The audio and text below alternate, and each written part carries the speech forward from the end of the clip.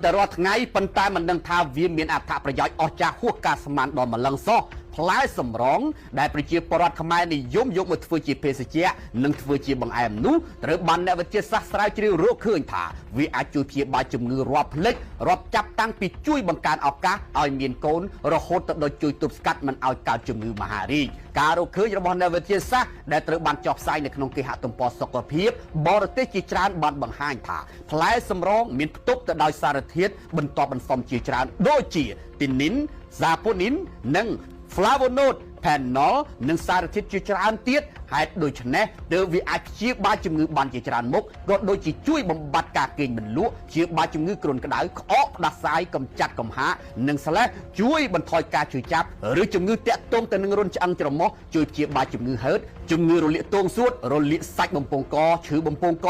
រលាកបំពង់ក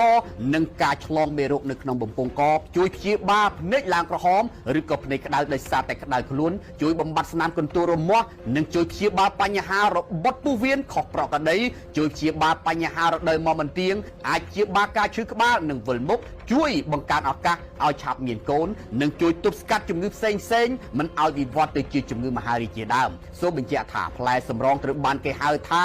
នីរញ្ញ័នជាភាសាហិណ្ឌូ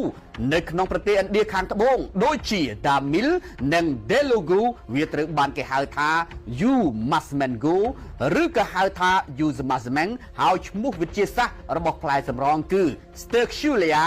linophora ដែលមានដើមកំណើតនៅអាស៊ីហើយសម្បូរនៅកម្ពុជាថៃម៉ាឡេស៊ីឥណ្ឌូនេស៊ីវៀតណាមនិងឡាវហើយឥណ្ឌាផងដែរ